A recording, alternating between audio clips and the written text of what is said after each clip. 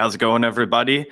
Just got done engaging in some anti-white bigotry with Gavin. Off the mic, though. Can't cancel us for it. Back at it again. Three-peat with the Vanguard 3 days in a row. That's a rarity these days. But yeah, super excited. Got a lot to break down for you. We couldn't stay away like the cat in that one song. So yeah, what's up, Gavin? How you doing today? Doing pretty good. Yeah, welcome back to the Vanguard, everyone. Really excited to break down today's news, talk a little bit about some drama popping off on Twitter, as always. And yeah, we are woke cowards over here at the Vanguard with our anti-white racism. Gavin won't let me do the entire stream, and this voice, yeah, he says we're not allowed to. Yeah. No, Nordic representation matters, guys. Wow, canceled. LOL. But thank you so much, Dan Campbell. First super chat of the live stream, coming in right off the gate with a $20 super chat. Thank you so much, Dan. Fiorella attacked Mike when he pointed out credibility problems with Reade and purported witnesses related to the Biden accusations. Mike might have lingering resistance, but I don't know. Yeah, we're going to be getting into that story just in a minute here, Dan. So I don't want to spill the beans on our opinions and our reactions. But yeah, stay tuned because we're about to get into that story. And a huge shout out to you, Dan. Thank you so much for the generous super chat. Yeah, absolutely. Always great to see you in the chat, Dan. And yeah, that's definitely going to be a big story that we're going to get into. Absolutely. And huge shout out to the patron community. We do like to start and end all of our live streams with a big old shout out to the patron community because we wouldn't be able to do the show without you guys. You keep us afloat and help us in these trying times. So really appreciate that. If you guys enjoy the show and our content and our perspective, consider hitting up that link. It's in the description as always. It's going to be a great way to support the show.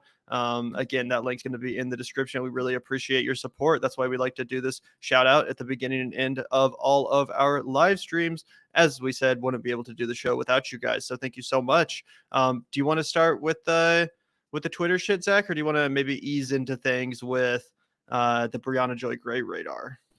I don't know. In honor of Dan, I guess we can just fucking start with the muck first, if all's the same to you, Gavin, unless you're interested in pushing it off until later. But yeah, shout out to everybody that supports us on Patreon, and also shout out to you, Christina, who I'm so busy at work, but I wanted to say hi and have a good show. Well, we're gonna do an extra spicy show just for you, Christina, for when you get off of work, and I hope that you slack and waste as much of the company's times as you can.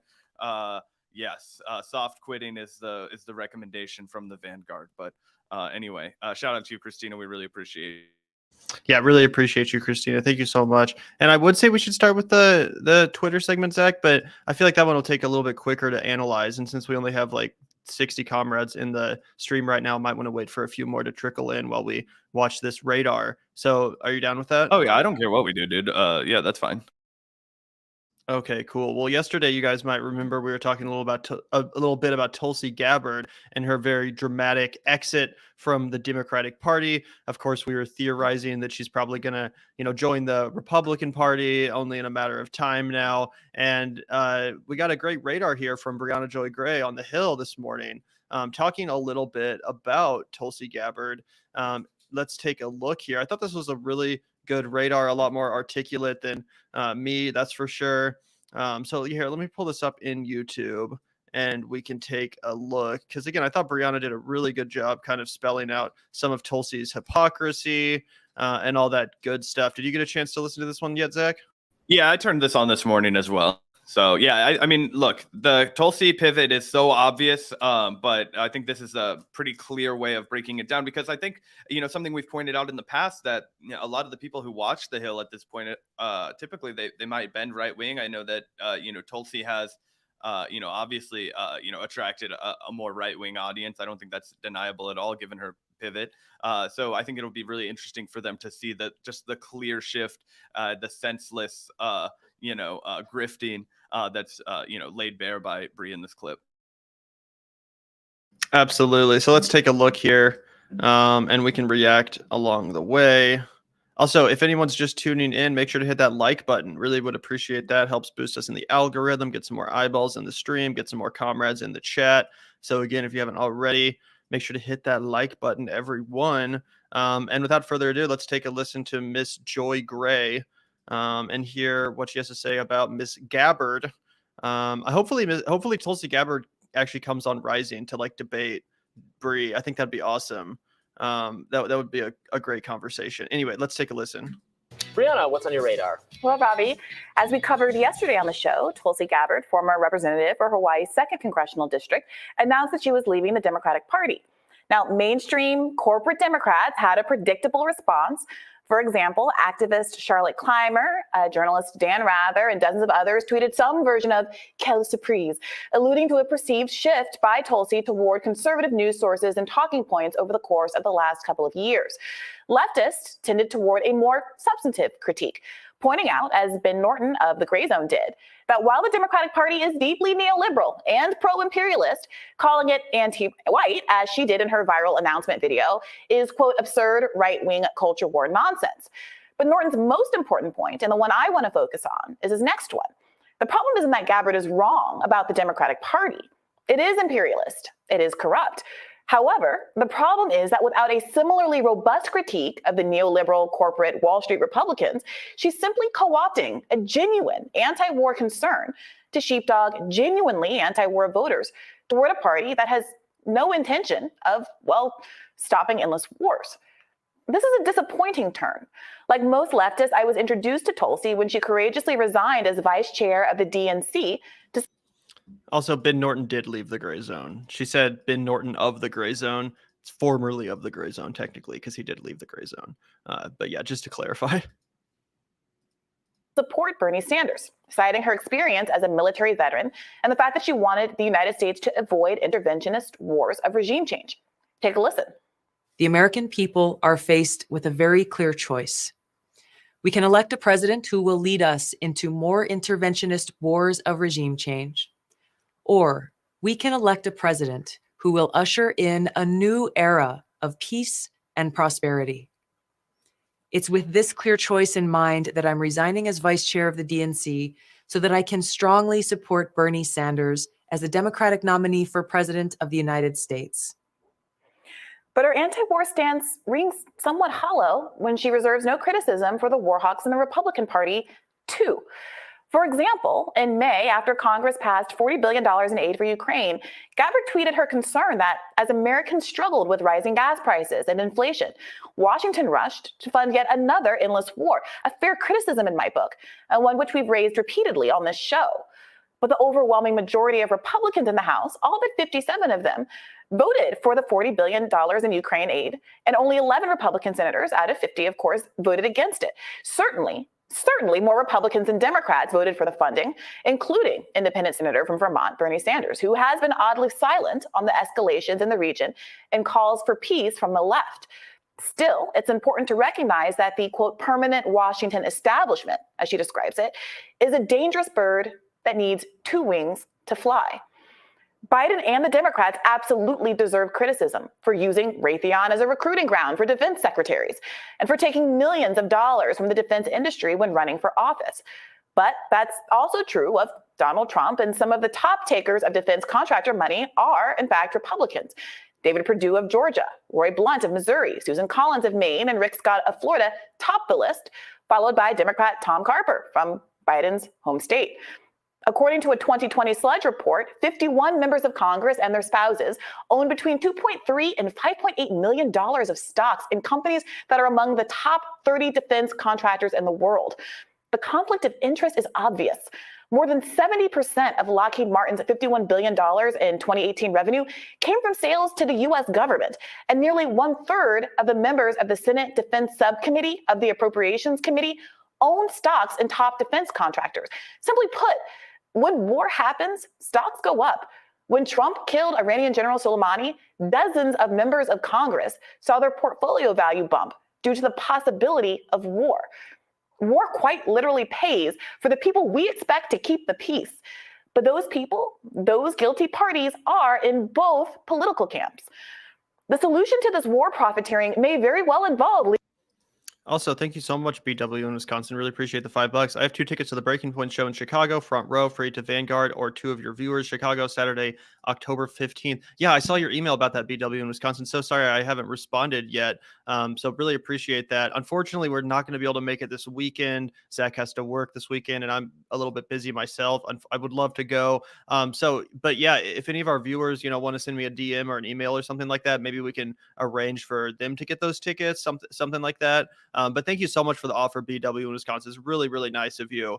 And yeah, just thank you so much. Yeah, dude, that's crazy nice. Unfortunately, yeah, there's like a little bit of an event that I'm doing this weekend with my work, and I think just wouldn't work out this close to planning. Unfortunately, Chicago's kind of close, but it's still like 8 hours away for us. So, but anybody that happens to be listening that lives in Chicago, definitely suggest taking up the opportunity. The Vic is an incredible theater. So yeah. Highly recommend anybody go check that out. And thank you so much, BW in Wisconsin. That's so nice of you to offer. Yeah, really appreciate that, man. And yeah, Carrie says he's in Chicago and would love to go. So feel free to, email us and we can get you in touch with BW in Wisconsin, because we wouldn't want those tickets to go to waste. Again, really sucks. We'd love to go, but yeah, Chicago is just a bit of a haul for us. It is like 8 hours away. But anyway, thank you so much, BW Wisconsin, for the super chat and for the really kind offer. Yeah, absolutely. Really appreciate that. Democratic Party. I certainly left it a long time ago. But I am not so naive as to believe that the Republican Party, with its open courtship of weapons manufacturers, is the solution. Perhaps more puzzling about Tulsi's pivot is that her allusion to culture wars as a motivation for her departure is a little out of place. On one level, I understand this too. Part of my choice to distance myself from Democrats was my belief that they weaponized identity and representational politics to avoid dealing with the material economic concerns so many working people, white, black, brown, Asian alike, are struggling with. But the point of that critique is to help working people, not to invest in a different kind of right-wing identity politics, where fears about a war on religion or a war on white people are simply replacements for the Democrats' identity politics wars. Tulsi wrote, quote, "I can no longer remain in today's Democratic Party that is now under the complete control of an elitist cabal of warmongers driven by cowardly wokeness who divide us by racializing every issue and stoke anti-white racism.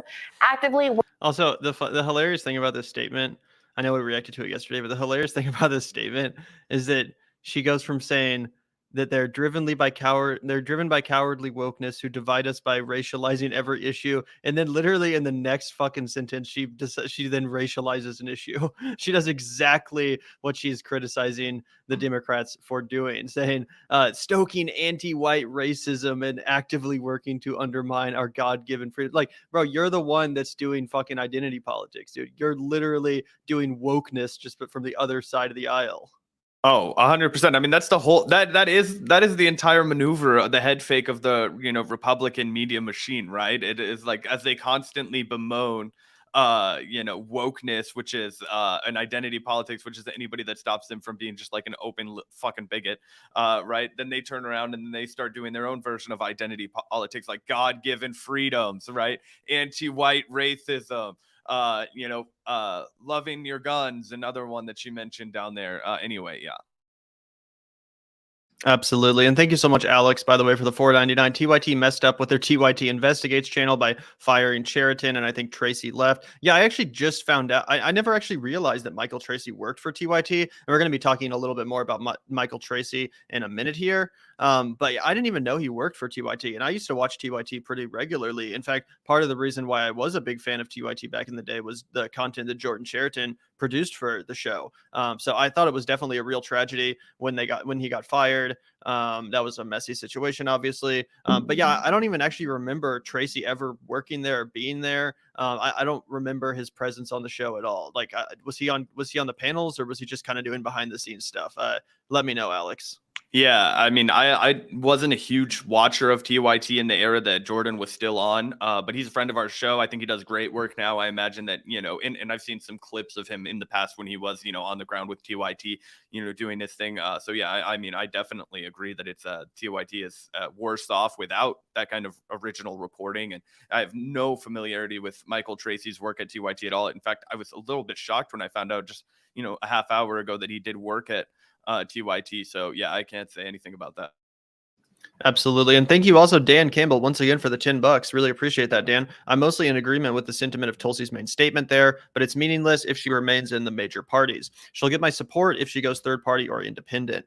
Yeah, well, like we said yesterday, Dan, I don't think she's going to go third party or independent. I think she's going to go right into the fucking Republican Party. But if she does, then I'll come out here and give her credit. Absolutely. You know, if she says, hey, like it's not just the Democrats that are the problem, it's both parties. You know, both parties are controlled by the corporations and all that stuff. The Republicans are also warmongers. If she clarifies her position and comes out against both parties, then absolutely, I'll give her credit. I just don't predict that that's going to happen. Yeah, and Dan, look, I think in my estimation, if there were any chance at all that she was going to stay principled, why wouldn't she have, when she released her whole Substack article, which is way longer than the actual video? We reacted to it yesterday. I don't know if anybody saw, but there was absolutely no mention of anything like Medicare for all. There was absolutely no mention of things like the housing crisis. There was no mention of anything like a Green New Deal or addressing climate change. There was nothing about anything substantive that, you know, raising the minimum wage wasn't in there from what I saw, right? I don't think it was in there at all. That wasn't why she was leaving the Democratic Party, right? It wasn't about creating better living standards for people. It was all culture war bullshit, right? Anti-white racism, fucking our guns, or they're mean to me, or they aren't God-fearing, or whatever the fuck she was, like religious freedoms. Are you kidding me? You're going to talk to about the Republican Party not cracking down on religious freedoms, or the Democrats are too anti-freedom of religion for you? That's just insane.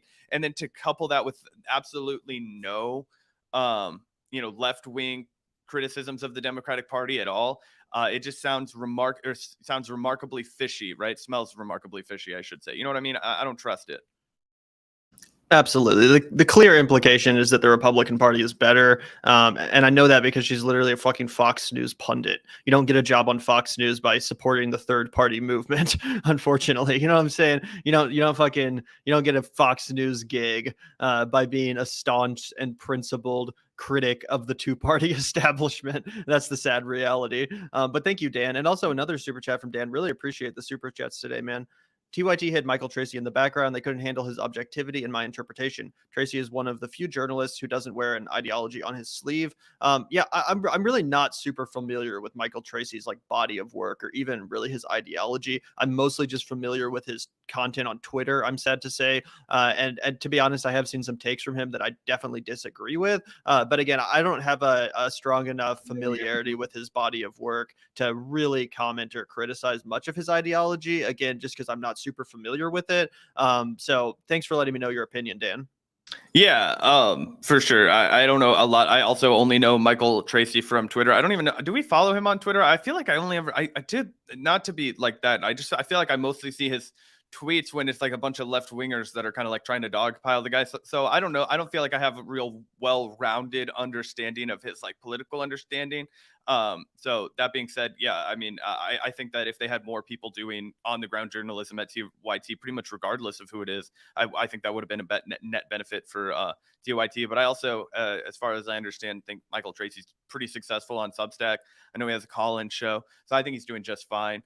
And yeah, thanks so much for the $10. And the other thing I did just remember is Tulsi literally did fill in for Tucker Carlson, right? Like she literally like hosted the show, which means she was paid actual money from Fox News in order to be an actual pundit. That's absolutely insane. And yeah. Oh yeah, with the amount of times that she's on Fox News, she's like a regular guest on there. She's 100% on their payroll. Like she's absolutely she basically is a Fox News pundit. Like that's her job now, you know? But thank you so much, Dan. Really appreciate that. And thank you, Alex, also for the $4.99. They did a show called TYT Investigates where him and Jordan did investigative journalism. It morphed into TYT Politics after TYT Investigates. Well, I definitely remember TYT Investigates with Jordan Sheraton. I just didn't know that Michael Tracy was involved in that. Because like I said, I really enjoyed Jordan's work with TYT at the time. But I didn't know that Michael Tracy was involved in that. I would be interested to ask Jordan what he thinks about Michael these days. Maybe the next time we have Jordan back on the show, we can ask him about that. But yeah, thanks for letting me know, Alex. Yeah, absolutely. Thanks, Alex. Work to undermine our God-given freedoms enshrined in our Constitution, are hostile to people of faith and spirituality, demonize the police, and protect criminals at the expense of law-abiding Americans, and on and on and on. Like, I strongly object to any politics that diminishes the struggles of working class and poor white Americans, like all Americans. I've argued to editorial boards where I've worked in the past that they should cover midterm elections from the perspective of who is best meeting the needs of the opioid crisis, and which disproportionately, although not exclusively, harms white folks. I think it's a tragic reality that life expectancy has declined for white Americans, and that my generation is the first to take a step back from the American dream. At the same time, however, I push for an inclusive message that affirmatively values all Americans, even if at times it's necessary to specifically call out prejudices that rear their heads against specific groups, whether it's the white supremacist attacks on Jewish people during Charlottesville or at the Tree of Life massacre, or whether it's the Buffalo shooting, which targeted Black Americans, or the Uvalde shooting in a Latino community that targeted children. Is there a space to critique all kinds of bigotry in Tulsi's vision, or just anti-white racism? I truly don't know, and this is a question I'm genuinely curious to see the answer to, and which I think Tulsi should try to answer in the coming days and weeks. Moreover, I'd like to hear from her what constitutes demonizing the police. Is it wrong to, say, criticize their ineptitude in Uvalde? The fact that increased funding, including under the Biden administration, hasn't actually led to lower crime. If I agree with the majority of LA conservatives that I support reallocating parts of LAPD's budget to social workers, mental health care, and other social services, is that demonizing the police? Does this reallocation, sometimes referred to as defunding, seem less like demonizing the police when I point out that according to this recent Marymount poll, support for reallocating the police budget to social services is higher among people who live with a cop than people who don't? Look, Tulsi is right when she writes that the pro-war Democratic Party has led us to the brink of nuclear war, but it didn't do it alone. Tulsi is poised to make a powerful statement against our two-party duopoly, and if she does, calling out both parties for their choice to weaponize the security state and federal law enforcement, not just for political reasons, but to oppress the poor who languish disproportionately in our country's overfull prisons, she could be a powerful, positive force in this country. If she talked about how the IRS over-targets poor people who are easy to audit rather than going after the rich, partly because they are insufficiently staffed and funded to do so, it would strengthen her critique of that agency. For all of the culture war bluster in her Substack post, the word poor shows up 0 times. The word working, as in working people or working class, it shows up exactly once. I humbly submit that what America needs is not another culture warrior. What made Tulsi admired by many across the political spectrum in the first instance was her commitment to speaking hard truths about the military-industrial complex and taking politically inconvenient stands that lost her powerful friends. Exchanging one elite party for another would seem to defeat the point. As one leftist YouTuber wrote, leaving the Dems for the GOP is like leaving Cherry Coke for Classic Coke. Are we looking for something substantively different or just a new flavor of gas? Hey, cherry Coke is substantively different. It tastes like cherry. You know what I'm saying? Coke doesn't. Anyway, thank you so much, Christina, for the $4.99. Where's the Tulsi who confronted Kamala at the Democratic debates and got applause? Just heartbreaking. Yeah, I know, right? That was one of the most based moments ever on a debate stage. Honestly, I can't believe Kamala Harris' political career even survived that at all, to be honest. That was hilarious watching her stutter when confronted with her own hypocrisy. That was amazing. And yeah, it's especially heartbreaking. I think Brianna made this point that now Tulsi Gabbard is out here regurgitating these pro-police talking points. When on that debate stage, she called out Kamala Harris for being the top cop of California and for locking away all of these innocent people, drug offenders, mothers of truant students, stuff like that. She was calling out Kamala Harris for being too tough on crime. And now Tulsi Gabbard's criticism of the Democratic Party is that they're not tough enough on crime. So it's totally inconsistent ideologically and just totally baffling. Yeah, it's completely empty criticism, right? I mean, it's remarkably unsubtle, right? The way that she's just pivoted completely across the board. She wants to genuinely, when you made a point about the police, she's also trying to use her clout as a fucking militarist to try and somehow say the Democratic Party is full of warmongers. We don't have to play the clip, but I did want to just throw this up to remind everybody. Aloha. Hi, aloha. I love everybody. You haven't heard from me lately as I've been gone for the past 4 months on an active duty tour and deployment to Africa as civil affairs officer supporting special forces. That's like Navy SEALs and the Green Berets and the people who just do extrajudicial assassinations for the most part of Al-Qaeda affiliated jihadists. It was truly my honor to work, blah, blah, blah, with incredible patriots, experienced, focused warriors. Yeah. Fucking killing a bunch of poor people in a continent we've fucking systematically underdeveloped for generations. Funny thing is, as Mike Preisner says, you can't call her anti-war after this kind of shit. Yeah, it's completely ridiculous. Shout out to you, Dan, for the super chat. You've been extremely generous today during this live stream. We deeply appreciate it. I'll keep an open mind about Tulsi, but another disturbing anomaly is that Tulsi has intensely criticized the military, yet she continues to work for them. They can send her anywhere, she won't refuse. Yeah, exactly. That's what Tulsi is. Uniquely not anti-war. She's more like pro like clinical destruction and undermining of other countries. Like, she wants to go in and bomb the shit out of them. She wants to, assassinate the leader and install a puppet that will do whatever the United States wants. She's like a coup d'etat kind of politician, right? That's what she's into for whatever reason, right? That's why she's like big involved in the AFRICOM shit that the United States is doing. And she continues to call these people great warriors and patriots and lovers of freedom. And it's like, why? What are we doing? We're terrorizing these people for resources. Absolutely. And I remember one time back when she was on the Jimmy Dore show, Jimmy tried to get her to condemn the recruitment of low income kids into the military. He was like, isn't it disgusting when you see some recruiters in the poor low income neighborhood and they're trying to recruit these desperate people? And Tulsi's response straight up was not to condemn that practice, but instead to say, no, it's actually an honorable path in life to choose to join the military. It's a great thing to serve your country, and no one should be ashamed of doing that, nor should anyone be ashamed of recruiting people to do that. So how the fuck do you call yourself anti-war then? Like, I don't understand. Like, it's just fucking mind-boggling to me that she even keeps using that line. It's crazy. Anyway, thank you so much, Dan. Really appreciate that. Did you see the shirts that go hard tweet where it was like, I'll serve myself rat poison before I serve this country? Yes, amazing shirt. I need to get that.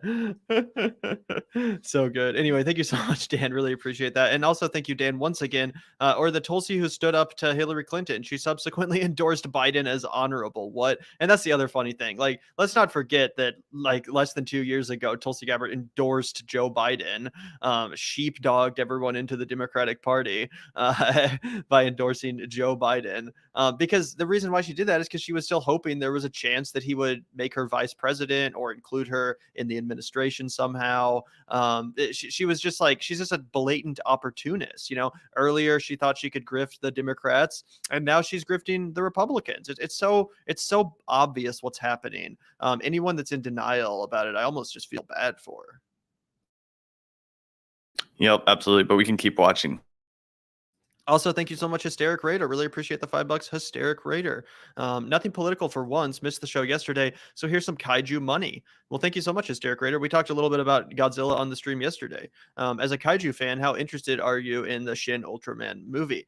Not terribly interested, to be honest, Hysteric Raider. Nothing against Shin, or nothing against Ultraman or Ultraman fans, but I've just never had the same level of interest in Ultraman as I had in Godzilla. It just seems like a little bit too goofy for me, but I never really watched it growing up either. So I understand that a lot of people have a lot of nostalgia for Ultraman in the same way that I have a lot of nostalgia for Godzilla.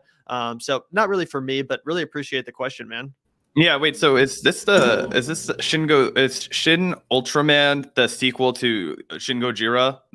Oh, okay, never mind. Because I liked that one. That one was really good. I watched that on a plane one time, the Shin Godzilla or whatever. That was based. And are they making a sequel to that one? Unfortunately not. And Ultraman's the other like classic kind of like kaiju franchise from Japan from like the 60s. So they're basically just giving it the same treatment as they gave Shin Gojira, which is like to reboot it. I think Shin just means new in Japan. So it's like new Godzilla, new Ultraman. They're just like rebooting these old classic franchises with that kind of prefix. But yeah, Shin Gojira was fucking awesome. One of the best Godzilla movies ever made, actually. Yeah, I was going to say that one was fucking based. I would have liked to have seen like a franchise be built around that one, but I don't know. I'm not as well versed in the Godzilla movies. That's one of the few like, non-American, like a true proper kaiju ones I've seen. Absolutely. Yeah. Great movie. And I hope it does get a sequel, but I don't think it's going to, unfortunately. I think Japan's just letting America take the reins of Godzilla right now because their Legendary films have been so profitable for Toho and for Legendary. But thank you so much, Hysteric Raider. Always love talking Godzilla talking kaiju. So really appreciate that. Thank you also, Brian, for the $4.99. Really appreciate that. Gabbard's actions are a stark reminder of why no politician should ever be trusted. Yeah, I mean, honestly, it's frankly shocking what a obvious, blatant grift she's done. Just a complete ideological 180 on so many issues. Again, I just feel bad for anyone that doesn't like see what's happening with her.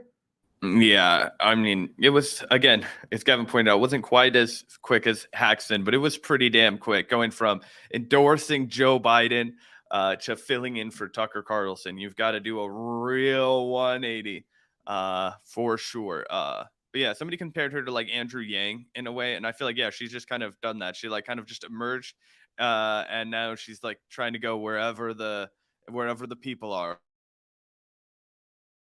Gavin definitely thinks so. That's his.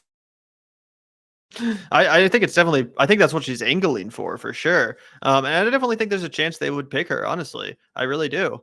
I think she would, check off a lot of the boxes, so to speak, that they want to check off for a vice presidential pick. I mean, she's from Hawaii, which is traditionally a blue state, so that might help them potentially win Hawaii. I don't know if that would actually help, but maybe that would be their thinking. She's a former Democrat, so they can trot her out there and be like, well, even this former Democrat had to join our team because the left is so crazy and so woke. You know what I'm saying? So in many ways, she would be a perfect pick for Ron DeSantis, for example, or Donald Trump. Obviously, her military experience too would, really help her on the right. So it's definitely possible, and I think that's certainly what she's angling for.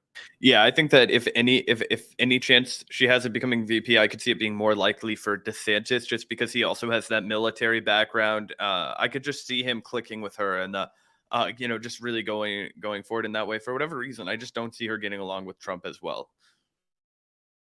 Yeah, true. I don't know how anyone could get along with Trump after what he did to Mike Pence, his most loyal fucking lapdog, after fucking months of just getting defended by Mike Pence, threw him under the bus anyway. So I don't know who the hell could be Trump's VP at this point. But I'm sure there's a lot of people that are craven and desperate enough to accept it, even with the strings attached. But thank you so much, Carolina Boy. Really appreciate the super chat. And yeah, I think that's definitely what she's angling for. She's 100% going to run in the Republican primary, because even if she gets demolished and gets like 2% of the vote, it's still worth it for her. It'll massively boost her name recognition. She can sell like 3 books.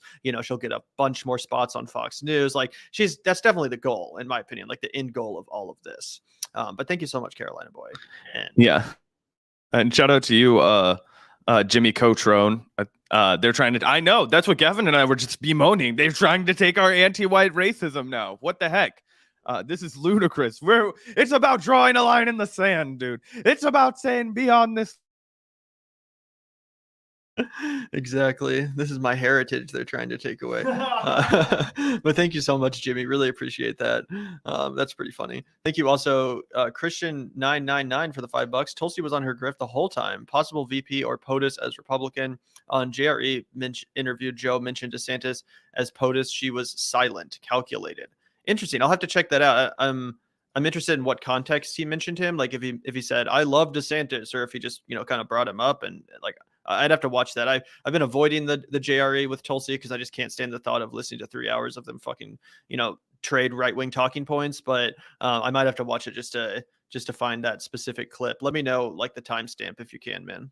Man, let me just tell you, they're the only ones brave enough in this day and age in 2022 to stand up against the radical threat of the radical Islamist terrorists and the trans field hockey players.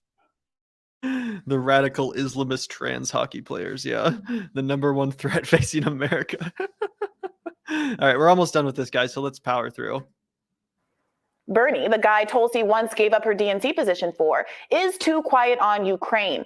But he hasn't stopped foregrounding the needs of working people, catching flack from the establishment after he criticized the Democrats for focusing so much of their midterm advertising on abortion to the exclusion of economic issues that polls show majorities still prioritize. Will Tulsi champion working people in that way? Will she foreground talk of a minimum wage, a wealth tax, healthcare for all policies she once backed as a Bernie delegate?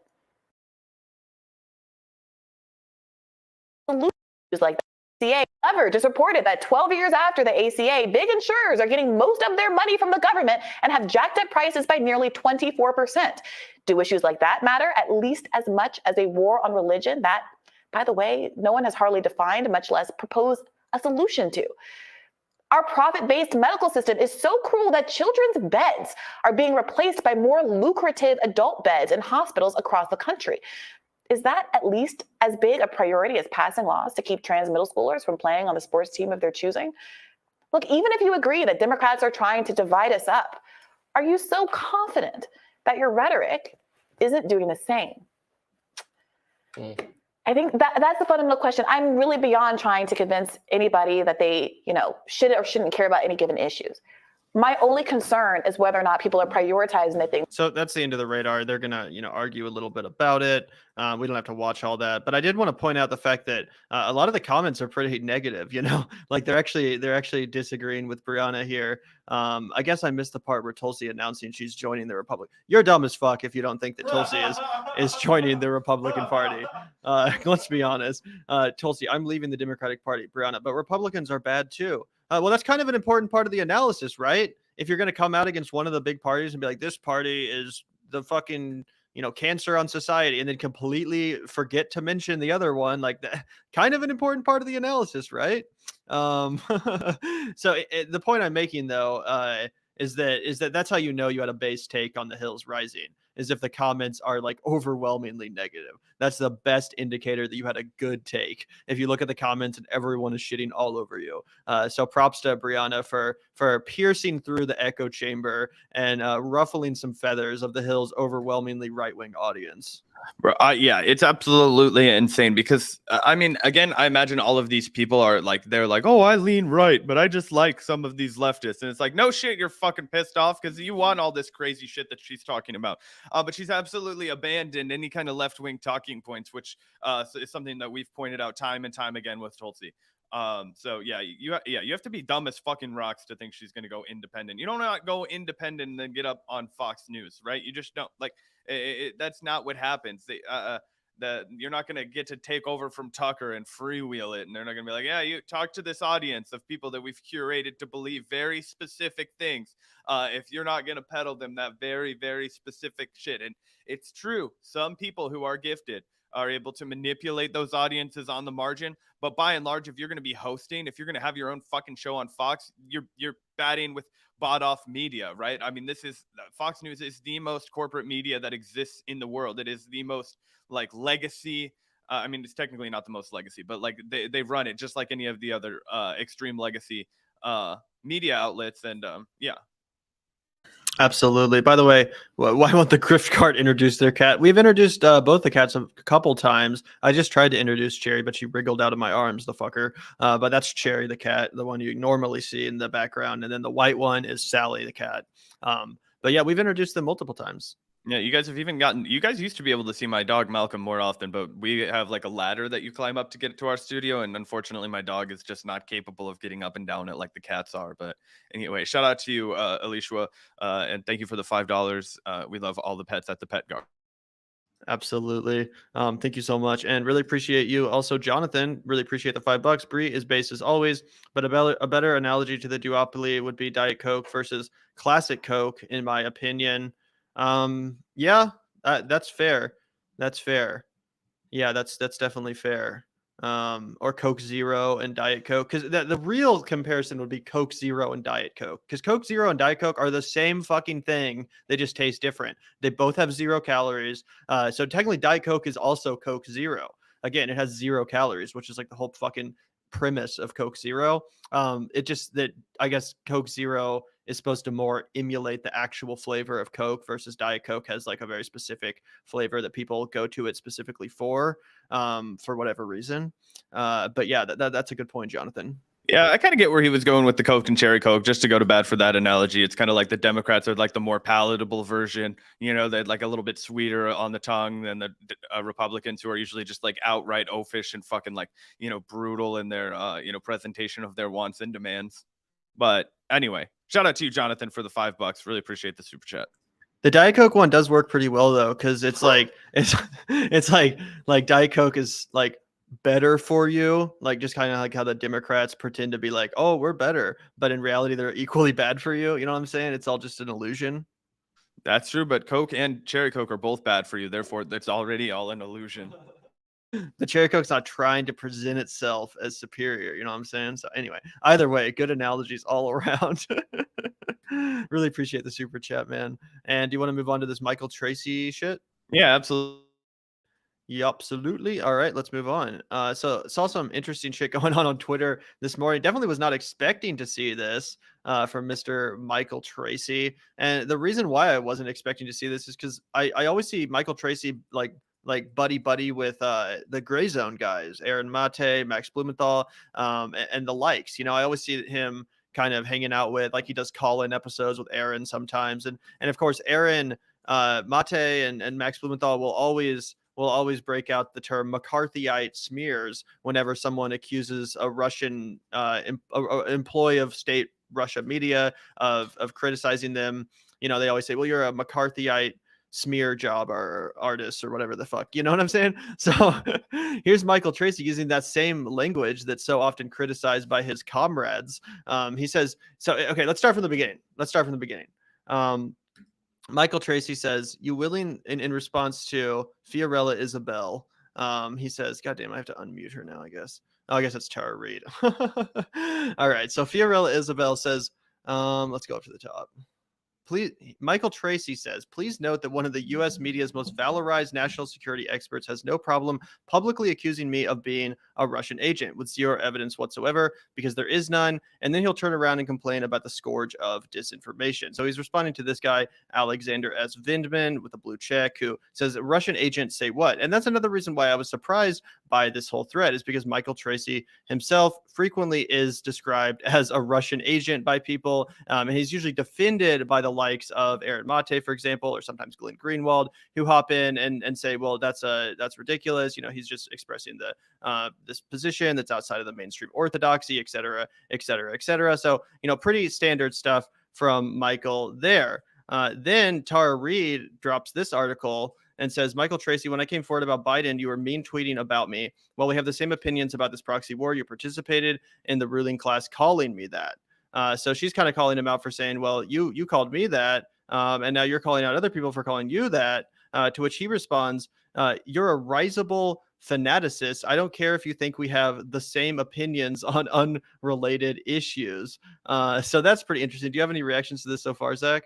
Yeah, I think he says fantasist. So I think he's like saying like like he's basically calling her delusional, right? And I think that he probably has the same understanding or interpretation of events. Like I think a lot of people like Vosh and not to equate Michael Tracy and Vosh, but I've just heard a lot of people espouse this kind of a deal where it's like, yeah, Biden may have been pervy with you, but I don't think that, there's sufficient evidence to say that he, like full on sexually assaulted you in the way that he or in the way that she describes. Now, my philosophy on this is always, like, hey, if a woman says something happens, like, I'd like to believe her until there's like a court or a jury of peers that gets to sort it out. Obviously, that's not really a possibility for Joe Biden, him being the president of the United States.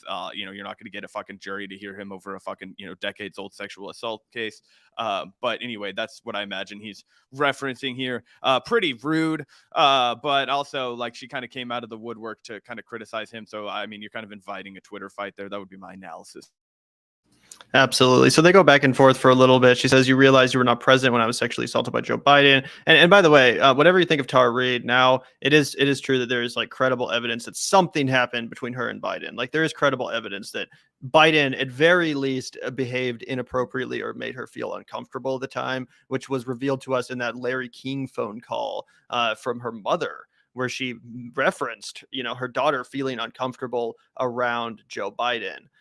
So again, like, I don't know the extent of what happened, but definitely something happened, definitely something happened. Anyway, she says, you realize you were not present when I was sexually assaulted by Joe Biden in 1993. Michael Tracy, I will tell you what happened to me. You have never even spoken to me. Your attitude is why women don't come forward. And there's so much pain around this. At least be fair. He then goes on to say, when I was writing an article on the matter in 2020, I sent an interview request and was aggressively rebuffed/threatened by the lawyer representing you at the time, who subsequently dumped you. Anyway, your discredited self-delusions and fantasies are no longer of any interest. Damn, son.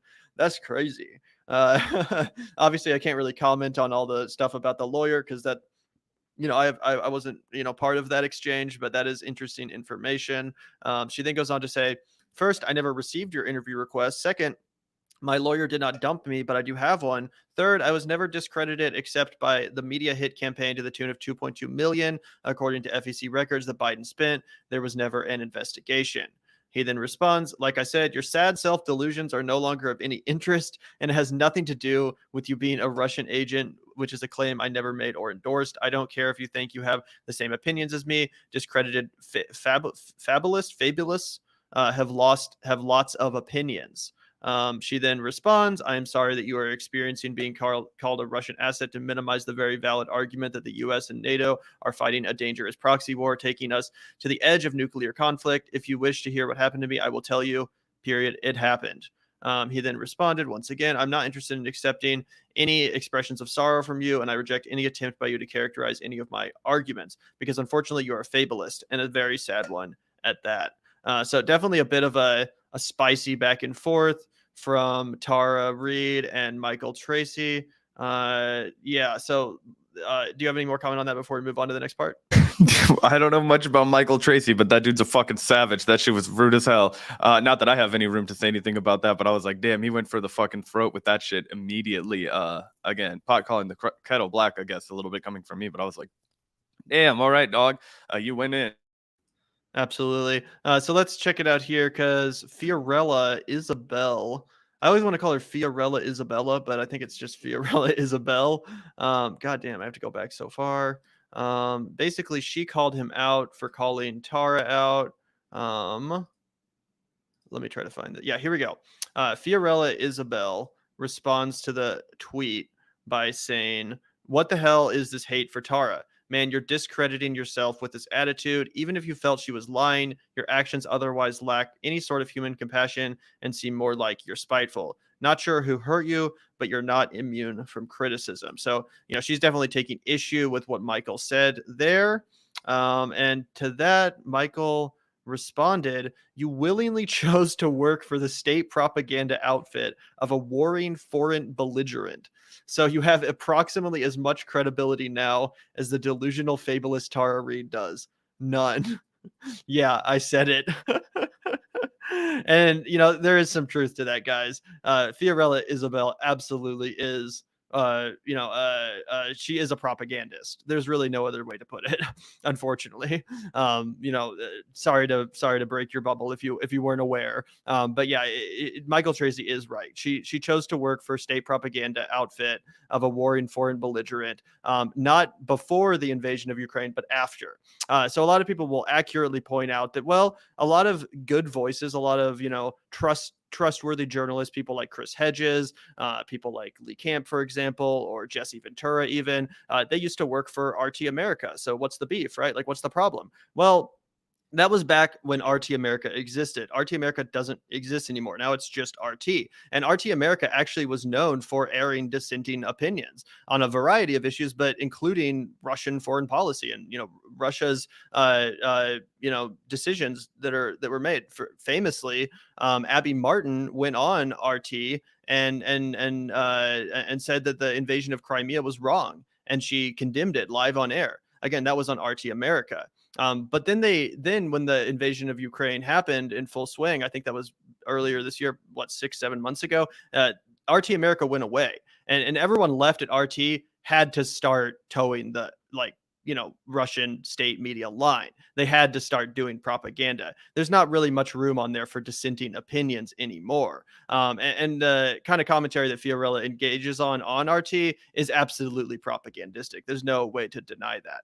Oh, 100%, guys. And it's crazy. It's crazy that anybody would try and argue otherwise. If anybody was on the direct payroll from the US government, supposedly giving you news, none of these people would trust them. None of Fiorella stands would ever give them the time of day. In fact, they're too busy, like trying to figure out like what Piero Midyar is paying Ryan Grimm to say. Like, you know what I'm saying? Like the guy that fucking started eBay is more powerful and corrupt than Vladimir Putin, right? And like, no. And of course, they've had massive crackdowns on media. Like, I understand that most of, you know, her audience thinks that everything that anybody says in America about Russia is fake or lies or CIA talking points. But Russia has gone full on crackdown on their state media. You have to be willing to parrot the fucking state party line. It would be just like the United States would do in wartime. Do you think that at the state-sponsored media in 2003, you're going to be able to just freely say whatever the fuck you want about Iraq in America? No, just like not in Russia, you dumb asses. Like, this is ridiculous. Everybody who wants to be like independent or bust, but you're still rallies behind Fiorella, Isabel, like, it's ridiculous. Yeah, you compromised every single one of your ethics. You gave up any kind of independent journalistic credibility, and you went to go work for a foreign fucking government to do their bidding because you were just willing to auction yourself off to the highest bidder because apparently you couldn't cut it in mainstream media in the United States. Yep. And again, that is the sad reality of the situation. And if you guys aren't aware, Fiorella Isabel is one of the co-hosts on the Convo Couch. And yeah, I've never been a big fan of her commentary, but yeah, again, if you are working for RT now, it is fair to say that you're a propagandist. And I've watched some of her content over there, and it is absolutely propagandistic in nature. There's really just no getting around it. Like it's just undeniable. So again, I do think that Tara Reade's accusation was credible, and that something definitely happened between her and Biden that was definitely inappropriate. So I have a little bit more mixed feelings on that part of it. But it's undeniable what Michael Tracy is saying here. You willingly chose to work for a state propaganda outfit of a warring foreign belligerent. So now you have no credibility. And that is accurate. There's just no other way to put it. As he says here, in response to this person who says, so just because someone works or has worked for RT, they immediately have no credibility, which is a fair question. Michael responds saying, no, that's not what I'm saying. The specific person joined RT in May, well after the war was underway. She chose to work for an active belligerent state's propaganda outfit. She has no credibility, and you're deceiving yourself if you think she does. And again, that's just true. Yeah, 100%. And we actually had to have some good conversations with some individuals that worked behind the scenes at RT America for a long time, some people that worked on RT. And we got to talk about what went down there with them, when this all basically was shut down. And really what happened was there was the sanctions that were imposed. RT America was going to have a hard time getting on TV in America. They were getting taken off of everywhere. And so they just shut it down, right? And that's why people like Chris Hedges, people like Jesse Ventura, all these individuals that were still on the show, they were all out of jobs. They'd shut down, right? But Chris Hedges came out, as did Jesse Ventura, and they said, hey, guys, whoa, like, we would have gotten fired anyway because we were not going to support this war. I don't support any wars. Jesse Ventura said, hey, there's never been a war in my life I've supported. I always put my foot down for peace. Like I lost everything because of the Iraq war and my, what was going to be, massively successful show on MSNBC. And I would have given up whatever show I had on RT America for the same reasons. And so to just run out there and say, okay, after everybody with their principles is now going independent now because RT shut it down and was like, hey, no, we're doing just propaganda now in our own country. And then to be the one that's like, oh, great. Like, I'll go be the scab that comes from America to go over there and fill in for all these principled guys. Not a great look. And I'll even give her some credit. I do agree that it was a spiteful and unkind response from Michael Tracy to Tara Reade, who, God, at the very least, you got to accept this woman is hurting. Don't treat I admit I'm rude to people on the internet a lot of the time, but never somebody that I think is like a victim. I mean, I don't know. That was not good vibes to me. But then, to Michael's credit, he was 100% correct in his analysis of, Fiorella foregoing any kind of credibility on, being independent or whatever when she's literally paid by Russian state media. If you think that you get paid by a fucking government to do objective reporting, I got a bridge to sell you. Yeah, exactly. And the exchange continued a little bit over here. Oops, I pulled up the wrong tab. 1 second. The exchange continued right here. Yeah, she says, calling me a propagandist calling me a propagandist like NATO bots do isn't the win you think it is. By the way, these people will scream and cry if you call them Russian bots, but then they will happily turn around and employ the same tactic on their critics and call everyone a fucking State Department op or a NATO bot. These people are not principled at all. Anyway, calling me a propagandist like NATO bots do isn't the win you think it is. I get called this every day. It's because you fucking are a propagandist. That's why you get called it every day, motherfucker. Thanks for this. It makes it easier for everyone to see your stances are only based on convenience, not integrity of truth. Wow, really fucking deep. She then says, Michael then says, I don't care what NATO bots say. If you didn't want justifiably to get called a propagandist, you shouldn't have willfully joined a literal wartime propaganda operation. I certainly would never do such a stupid, discrediting thing. Damn, son. Retweet though, honestly, like same. Never would do that. Couldn't be me. Yeah, holy shit. He came with the gloves off to this rendezvous. Holy shit. He was not fucking around. And I don't think she even responded to that, which is telling. And yeah, I agree. Because he says Hedges has been off RT since the war started. The war is my barometer here. Yeah, and the reason why Hedges is off is because he said that even if RT had shut down, even if RT America hadn't shut down, they would have fired him anyway because of what he would have said about the invasion of Ukraine. He, came out against the invasion of Ukraine. And he said, had I been able to keep my job with RT, they would have fired me for my dissenting viewpoint. So the dissent is no longer allowed on RT. The RT of today is not the RT of, 8 months ago, right? The RT that employed Chris Hedges, the RT that employed Jesse Ventura. You were actually allowed to engage in dissenting opinions on that network. As Zach said, we know that because people that are friends of our show have told us that. Tyrell Ventura, good friend of the show, used to work for RT. He could basically do and say whatever the fuck he wanted. He was writing his own show, watching the Hawks, his monologues on there every day. He was, writing his all of his takes. It's not like he was being fed fucking talking points. That's different now, unfortunately. Now, if you're working for RT, if you're a newscaster on RT, you basically are just reading talking points off of a teleprompter straight from the Kremlin, playbook or whatever. And even if you agree with the Russian state media talking points, you might say, well, they're, correct. Like, I actually agree with what they say. You can believe that, but that doesn't change the fact that she's literally being paid to read those talking points and engage in that kind of propaganda.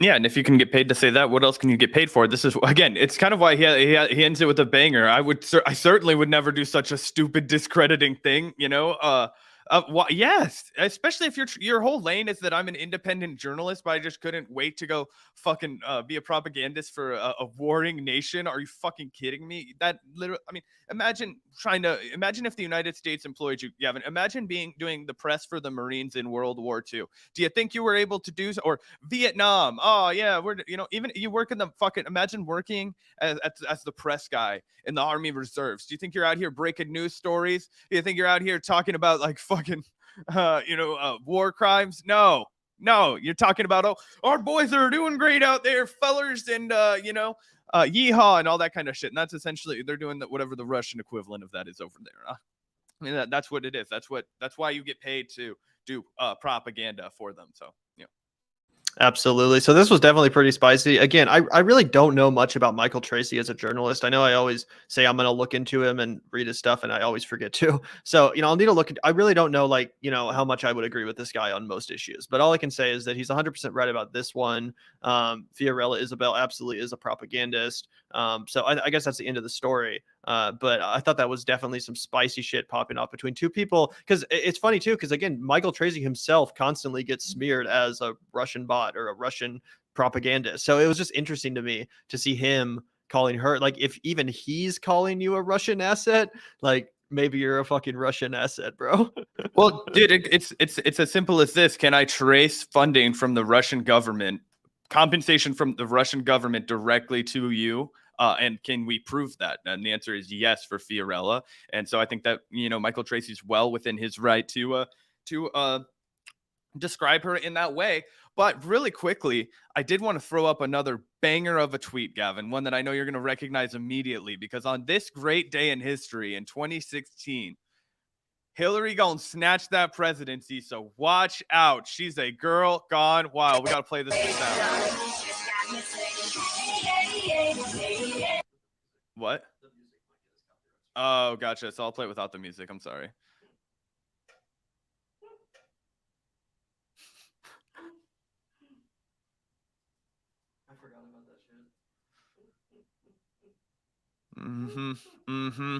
Yep, this was a legendary bad tweet, infamously bad tweet. So I just wanted everybody to revisit that. October 12th, 2016, just days before the liberal world was turned inside out.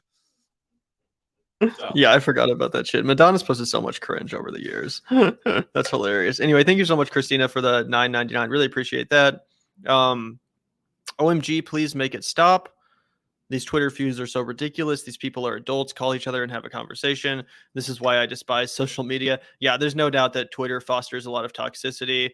Sometimes I don't necessarily always think it's like the worst thing in the world. Like, you know, if two adults want to, you know, hash out an argument or something like that over Twitter, like I don't really, you know, I don't really care. Obviously not. That's why we talk about it so much. But I definitely agree that it's not like the most productive way to hash out an argument.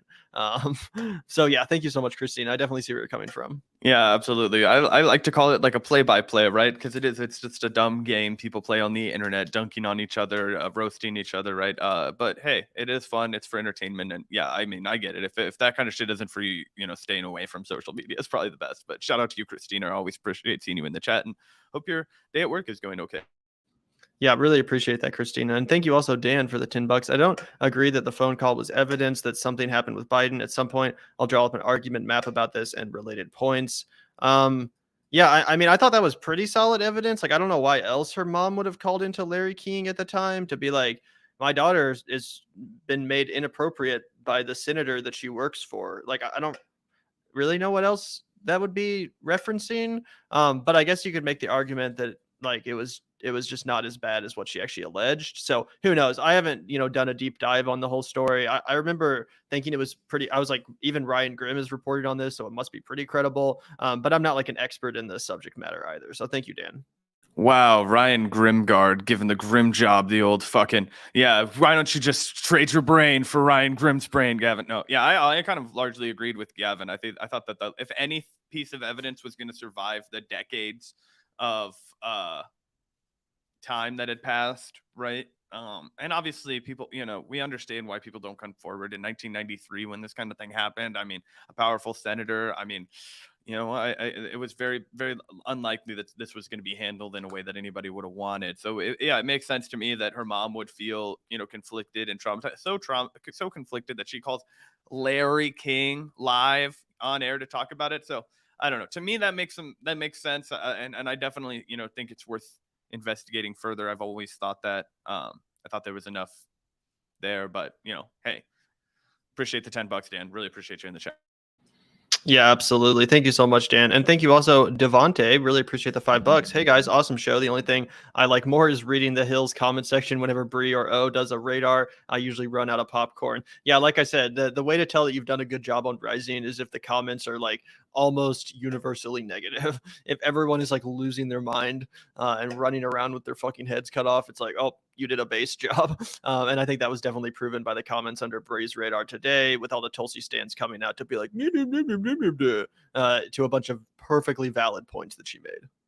Yeah, I mean, oof. The Tulsi stands are always going to come out. It was kind of like the Yang, like again, not to make this comparison, but it was kind of like the Yang gang in the past. I remember when we used to like way back in the day when we would roast Andrew Yang and rake him over the coals, then you would just bring like a firestorm of Yang gangers out. Now the Yang gang's over, but Tulsi still has her simps, and they come out like full force. They do come out in full force. Some of the more deranged people on the internet, in my experience, are the toll cells. But yeah, thank you so much, Devonte. Really appreciate that super chat, man. And I think we got a couple more super chats. Really appreciate it. Tony DeMio, Fiorella pushed the Stop the Steal line in 2020. Yeah, she's done a lot of stupid shit, bro. I remember her and her co-host, the couch potatoes or whatever they're called. They fucking fundraised from their audience to go cover the Arizona audit of the election. The audit which proved that Joe Biden actually won more votes than originally counted. So yeah, they're deep into all of that bullshit. What are you talking about, Gavin? They're the only ones fearless enough to expose the pitfalls in our election integrity. No, shout out to you, Tony. Yeah, that was some crazy stuff. There was all kinds of crazy stuff coming. They're also, yeah, they're into all kinds of I don't know, weird stuff over there on the couch potato pod. But anyway, I think we have a few more guys coming through here. I guess that's why. No, that's literally why she lives in Russia, Christina. Like, that's why I think that if anything about your point, like, it's worth talking about this. It's like, let's at least call a spade, right? Let's at least be honest about the fact that this woman is a literal paid Russian propagandist, because that is what you are, right? Like, again, like I said, this person's no different than if I got a job to be paid by the U.S. government to go report on what the fuck we were doing in, like, you know, Afghanistan before we pulled out. Like, that would be no different, you know? So I think it's ridiculous that all these people are like, Washington Post is unserious fucking journalism, which it is. But then they're like, oh, yeah, but RT, that's the hard-hitting shit, the Russian line. Like, no.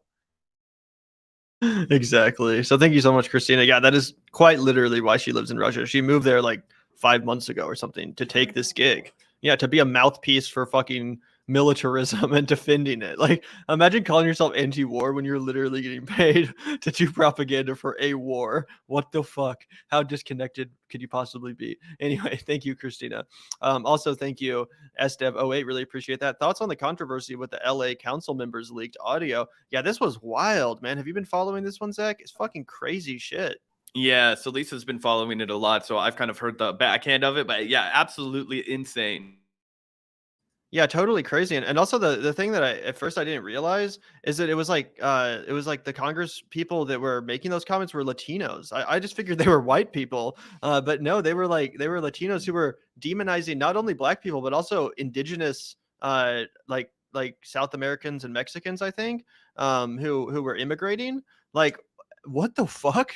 Yeah, it was I mean, look, anybody can be racist, right, and prejudiced, of course. But yeah, it was just extra shocking to see that, because of course, Scout, you hear about racist leak from the LA City Council, and you're like, okay, show me the Karens, you know, show me the guy who's got like the bald patch here and the hair on the sides. Like, this is what I expect to see, you know. But no, that was not that you know, less, you know. Interesting. Everybody can be racist. That was really disgusting. Even Joe Biden called for them to resign. I don't know if you saw that both mayoral candidates called for them to resign. Like, they're gonna have to get the fuck out. Nobody wants that. There's no, especially in a place like LA. Like, no, I mean, not a place for it anywhere, but I just mean that's a place where you really can't get. I mean, in like fucking middle of nowhere, Alabama, maybe you can still stay on the city council, but not in LA. You gotta resign and never come back. Yep, absolutely. 100%. And yeah, it wasn't even like oh, this could be interpreted as racism or anything like that. It was like she literally called black babies monkeys. Like, really bad shit.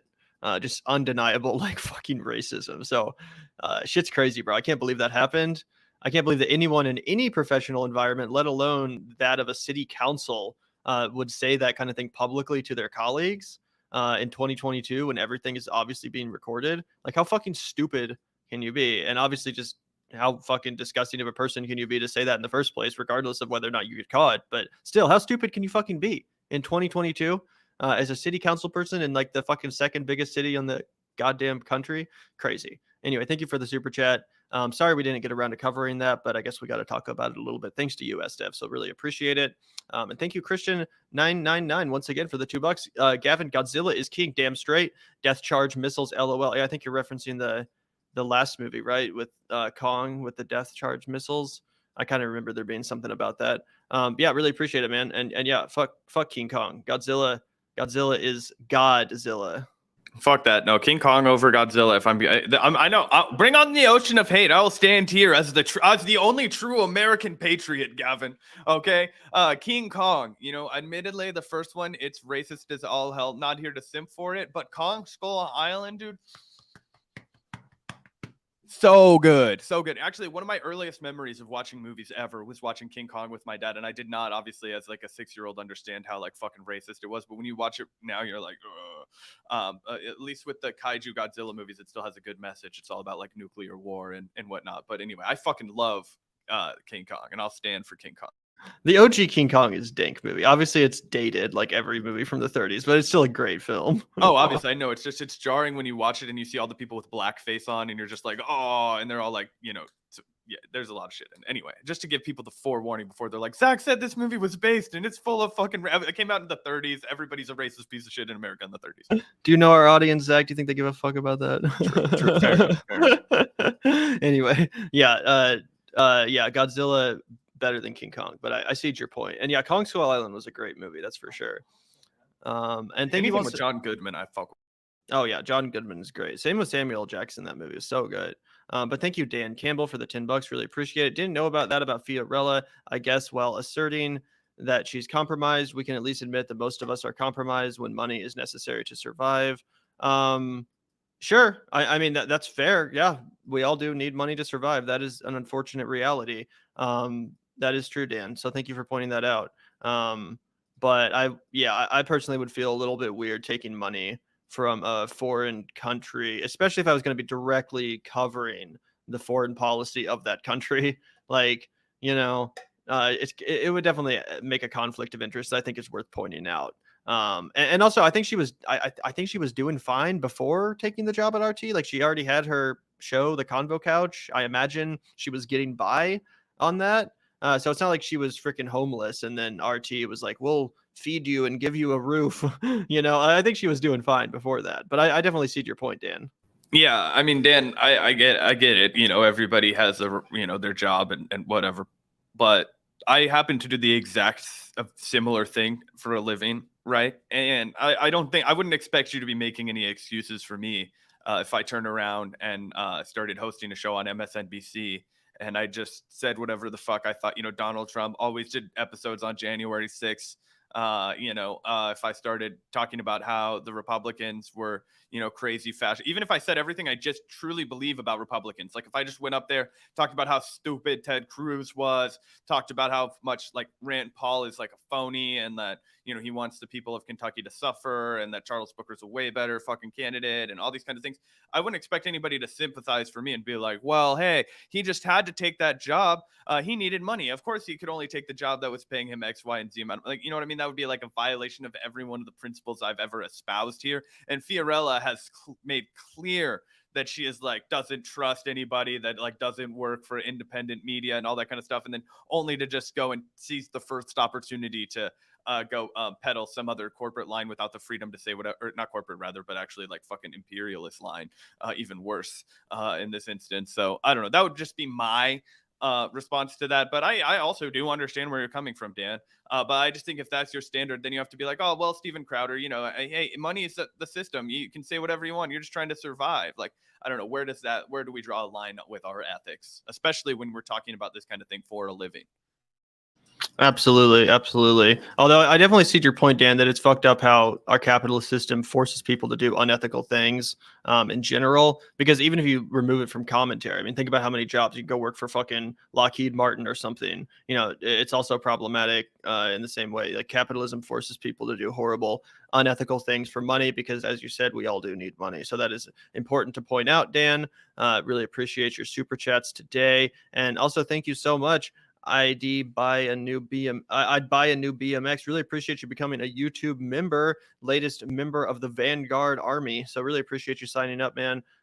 If you guys want to sign up, it's another good way to support the show, and you get access to the Pepe's in the chat based feature. So yeah, thank you so much. Really appreciate that. Yeah, fuck with the Funyun juice also over there. That sounds like some tasty stuff, man. I used to do a little like a thing in my school paper called the Funyun. Anyway, soft spot for Funyuns over here. Was it like a ripoff of the Onion? Yeah, I got a little more sophisticated my junior year of high school and I renamed it the Shallot, but the first year was the Funyun. It was like stoner satire. That's pretty funny. And yeah, I didn't even realize your profile pic, a Funyun juice carton. That's an interesting image. Did you Photoshop that or did you find that somewhere? I would be interested in the origin of that image. That's like some cursed food looking shit. I can't say I would want to drink a glass of Funyun juice myself. But did you want to move on to our last story today, Zach, before we get out of here? Yeah. Are you talking about Ben Shapiro?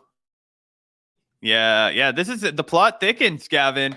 The plot thickens. See, because Gavin was over here yesterday telling me it was all over for Kanye, and I didn't know if this was gonna happen, but in the back of my mind, I was waiting for Ben Shapiro to come out of the woodwork and see what he had to say about this. And I don't know. I don't think it was the same biting criticism that he's reserved for people like Ilhan Omar or anyone else that's he's deemed anti-Semitic in the past. But let's see what old Benny Shapiro has to say about this. Back from the Jewish holiday now, as usual.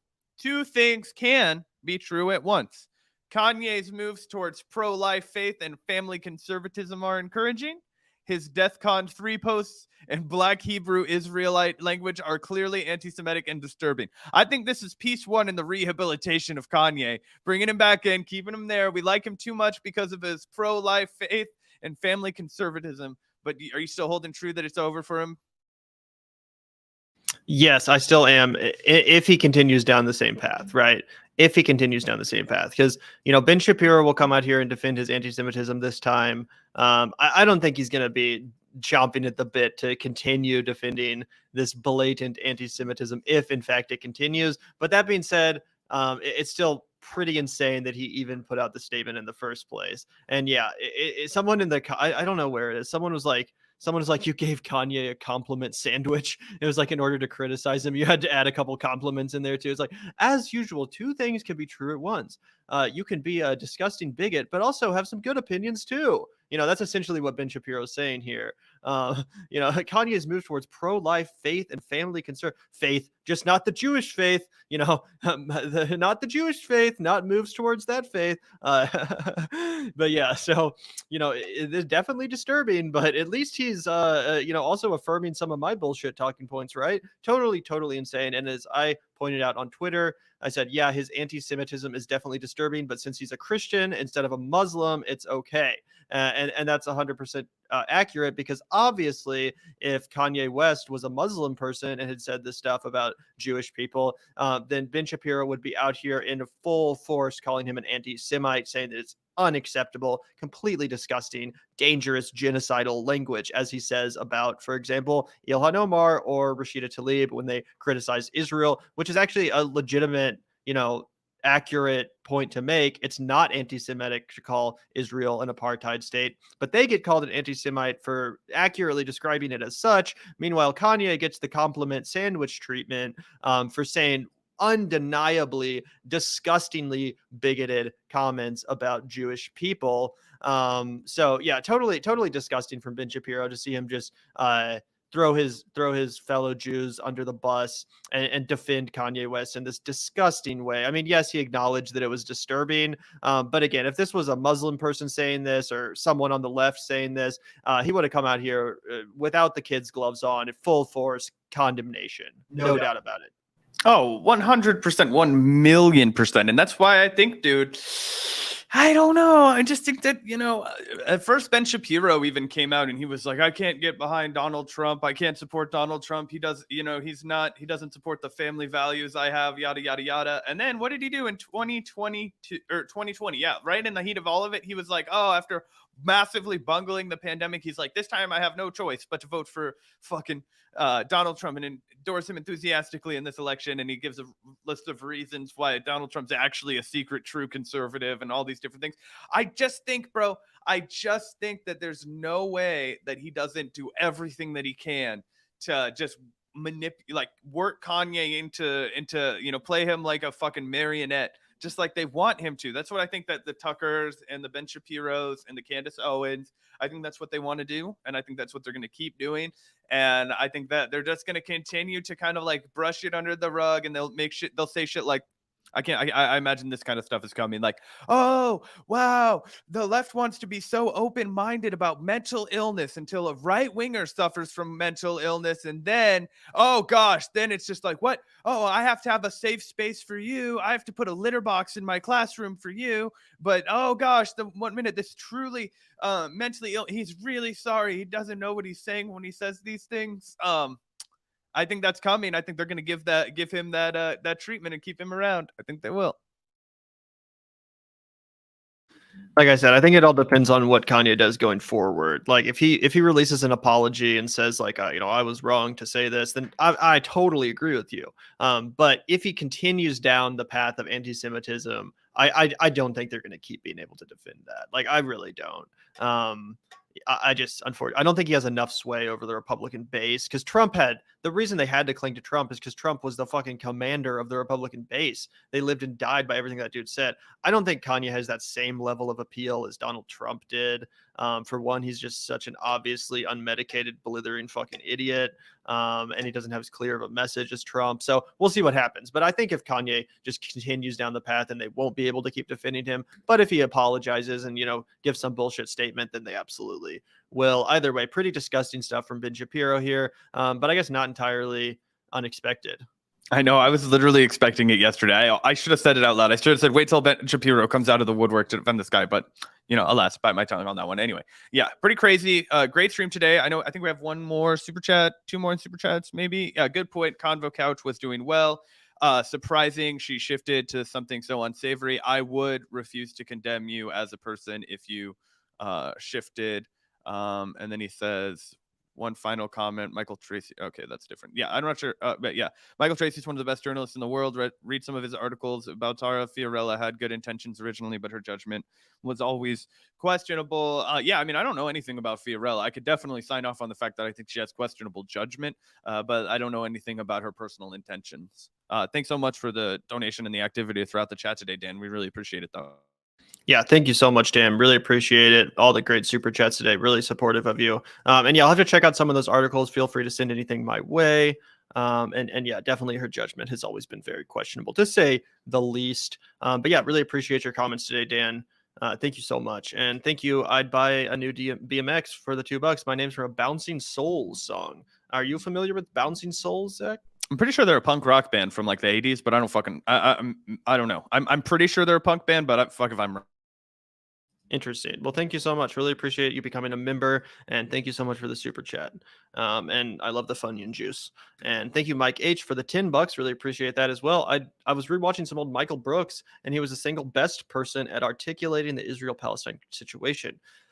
I wish he was still here, as he would be such a guiding force in the crazy world. Yeah, I could not agree more with that, Mike. He was really, really articulate and just so good at describing a lot of foreign policy related situations, but specifically, I also remember him doing a great job when explaining and articulating the Israel-Palestine situation. In fact, I remember one time he was at like a live Q&A event, and someone tried to call him out for it, and he just masterfully kind of dismantled the argument they were making and was able to explain in no uncertain terms, why Israel is an apartheid state and just exactly how they are oppressing the Palestinian population.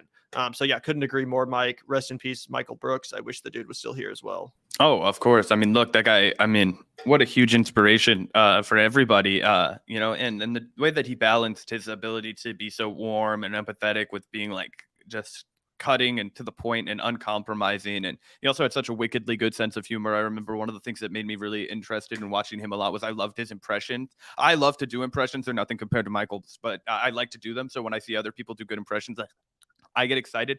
And the dude used to do some like really killer impressions. And he would do he didn't have a problem with doing edgy humor. He knew his heart was always in the right place. And so he was never like he would just be himself, and it never felt scripted. And yeah, what an infinite loss for the left, for sure.